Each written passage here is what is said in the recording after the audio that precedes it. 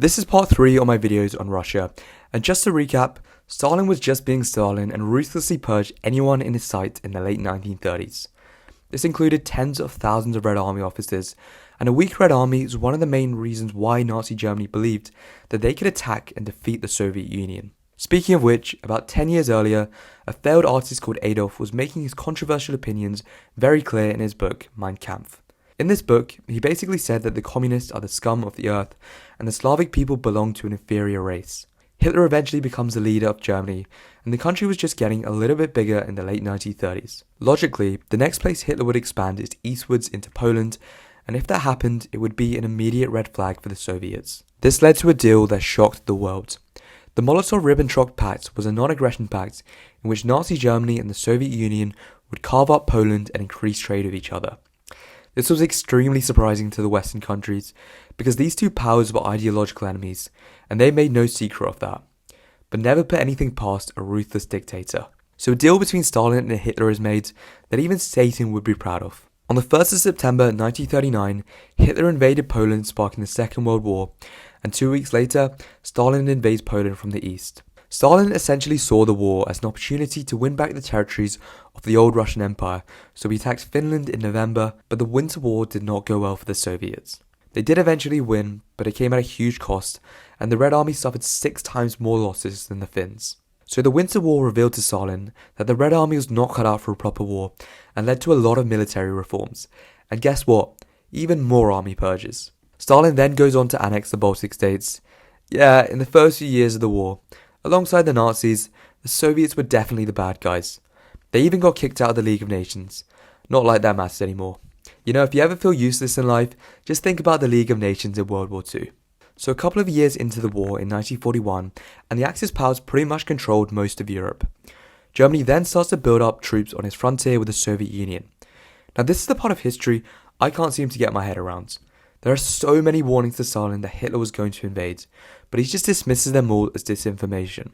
The Nazis were stationing millions of troops on his frontiers, German recon aircrafts were flying over Soviet cities, and then some Soviet spies and even Churchill and Roosevelt warned Stalin about an imminent invasion. This didn't change anything, and Stalin was completely taken by surprise when on the 22nd of June 1941, Operation Barbarossa was launched, and over 3 million German troops, 3,000 tanks, and 2,500 aircrafts poured into the Soviet Union in the largest and bloodiest invasion in history. The Germans used their blitzkrieg warfare to make rapid progress into the Soviet Union.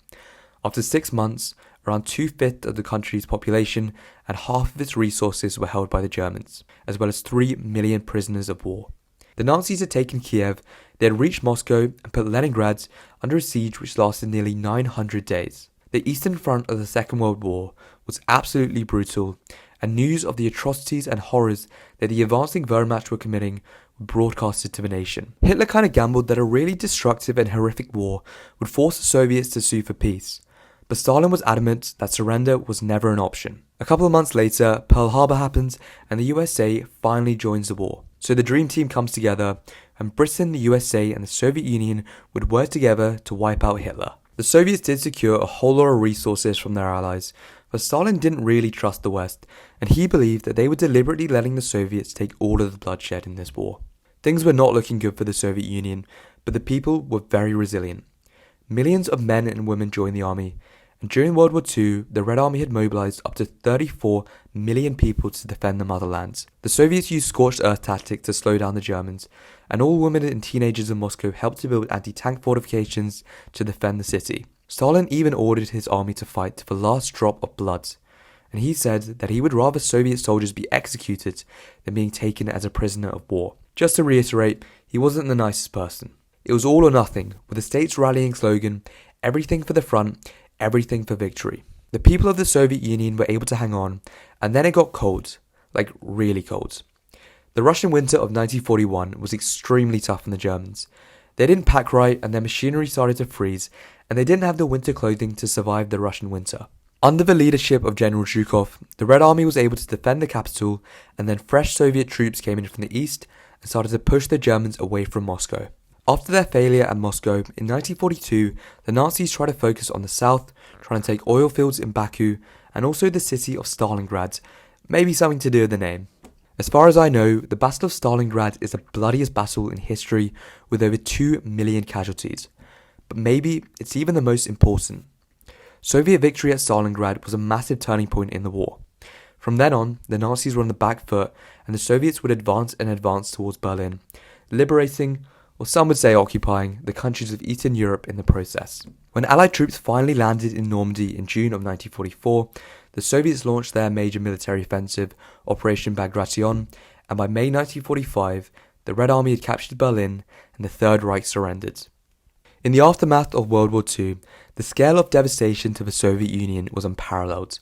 70,000 villages and 1,700 towns were destroyed, and the death toll, get ready for this, 27 million people. 1 in every 8 Soviet citizens died, and it's no surprise that most of these post-Soviet states don't call World War II World War II. They call it the Great Patriotic War. But that's all from me. The next video is going to cover the Soviet Union after the Second World War, the Khrushchev era, and the Cold War. See you then.